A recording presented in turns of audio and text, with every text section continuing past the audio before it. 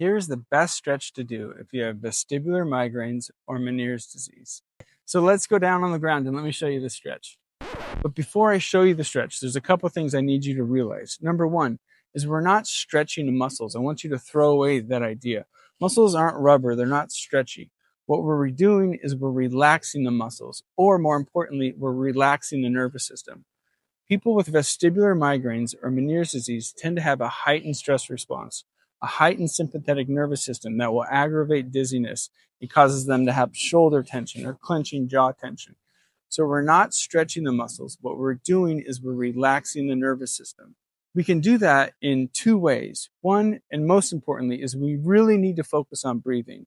And the breathing technique is very easy. It's just a big breath in, and a nice sighing breath out, a nice long exhale. Kind of just like what you're doing in the morning when you yawn.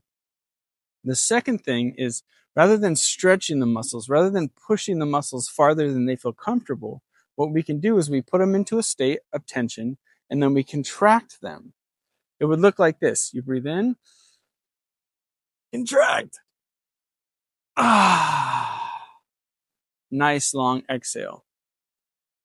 By breathing and contracting and relaxing the muscles, we're actually calming the nervous system down. We're letting the nervous system let go. And this will increase your range of motion.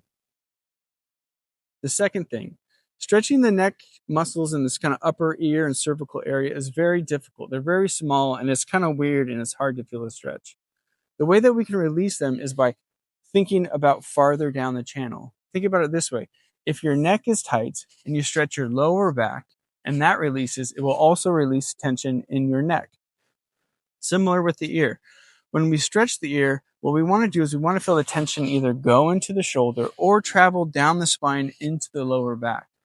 And if we can release this larger area of tension, you'll take and release tension in this upper cervical area. The last thing, most people waste their time stretching because they're not actually stretching or relaxing the nervous system. What they're doing is just warming up the body, warming up the joint capsules.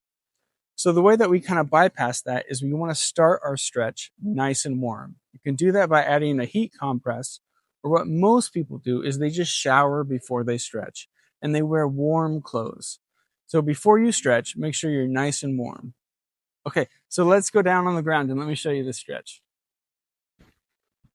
Okay, this stretch is a stretch you all know. It's basically just a modified butterfly stretch. And so what you're going to do is you just put your feet together. You're going to grab your toes. You can grab your thighs if that's not uncomfortable. And then we're not going to stretch. We're just going to relax. So you're just going to first start by letting yourself hang and then breathing in. Contracting if you want. And then exhaling. And as you exhale, what you'll notice is that your range of motion will improve as your body relaxes. And you can tuck the shoulder and you can feel the tension run down your back or out to the shoulder. You just find where's the tightest, breathe into the area, and then relax. So you can also kind of roll side to side to find what area is the tightest. So if I go in this position, I feel some tension in my neck, in my shoulder, and in my side. So I'll breathe into it.